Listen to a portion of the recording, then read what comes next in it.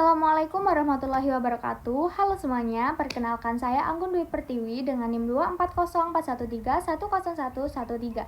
Pada video kali ini, saya akan menjelaskan mengenai information flow atau arus informasi dalam perusahaan PT PLN berdasarkan kasus gangguan kelistrikan yang terjadi di wilayah Sumatera. Dalam bagian ini, saya akan menjelaskan bagaimana aliran informasi PLN berjalan, mulai dari internal perusahaan sampai ke masyarakat, serta contoh komunikasi verbal yang digunakan PLN dalam menangani kasus tersebut. Kasus yang saya analisis adalah gangguan sistem kelistrikan massal di sejumlah wilayah Sumatera Selatan. Gangguan ini terjadi pada Jumat malam 22 Mei 2026 yang menyebabkan pemadaman listrik di beberapa wilayah seperti Aceh, Sumatera Utara, Sumatera Barat, Riau, hingga Jambi. Pada 23 Mei 2026, pihak PLN menyampaikan permohonan maaf kepada masyarakat dan menjelaskan bahwa tim PLN sedang melakukan pemulihan sistem kelistrikan. Kasus ini menjadi contoh bagaimana perusahaan besar harus mengatur arus informasi ketika terjadi gangguan layanan. Baiklah, di sini saya akan menjelaskan pengertian information flow. Dan ini adalah diagram information flow pada PT PLN. Information flow adalah proses perpindahan informasi dari satu pihak ke pihak lainnya. Dalam organisasi, arus informasi terbagi menjadi beberapa bentuk, yaitu yang pertama downward flow, yaitu informasi dari pimpinan kepada karyawan.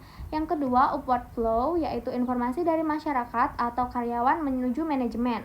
Ketiga external flow, yaitu komunikasi perusahaan kepada publik. Dalam kasus PLN, semua aliran informasi ini berjalan untuk menangani gangguan listrik. Selanjutnya, ada internal information flow PLN. Berikut adalah ikon PT PLN. Ketika terjadi gangguan listrik, informasi pertama kali yang diterima oleh bagian operasional PLN, tim teknis melakukan pemeriksaan terhadap sistem kelistrikan. Kemudian informasi diteruskan kepada manajemen untuk menentukan langkah penanganan. Setelah itu, divisi komunikasi PLN menyusun informasi yang akan disampaikan kepada masyarakat. Aliran informasi internal ini bertujuan agar semua bagian perusahaan bekerja dengan koordinasi yang sama. Selanjutnya ada external information flow. PLN memberikan informasi kepada pelanggan melalui berbagai media seperti aplikasi PLN Mobile, layanan pelanggan, media sosial, dan pemberitaan resmi.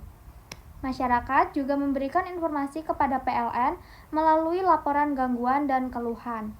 Jadi, komunikasi yang terjadi adalah komunikasi dua arah antara perusahaan dan pelanggan. Selanjutnya ada contoh information flow verbal PLN. Yang pertama yaitu pernyataan permohonan maaf dari PLN kepada masyarakat yang terdampak. Pesan ini bertujuan menunjukkan tanggung jawab perusahaan dan menjaga hubungan baik dengan pelanggan.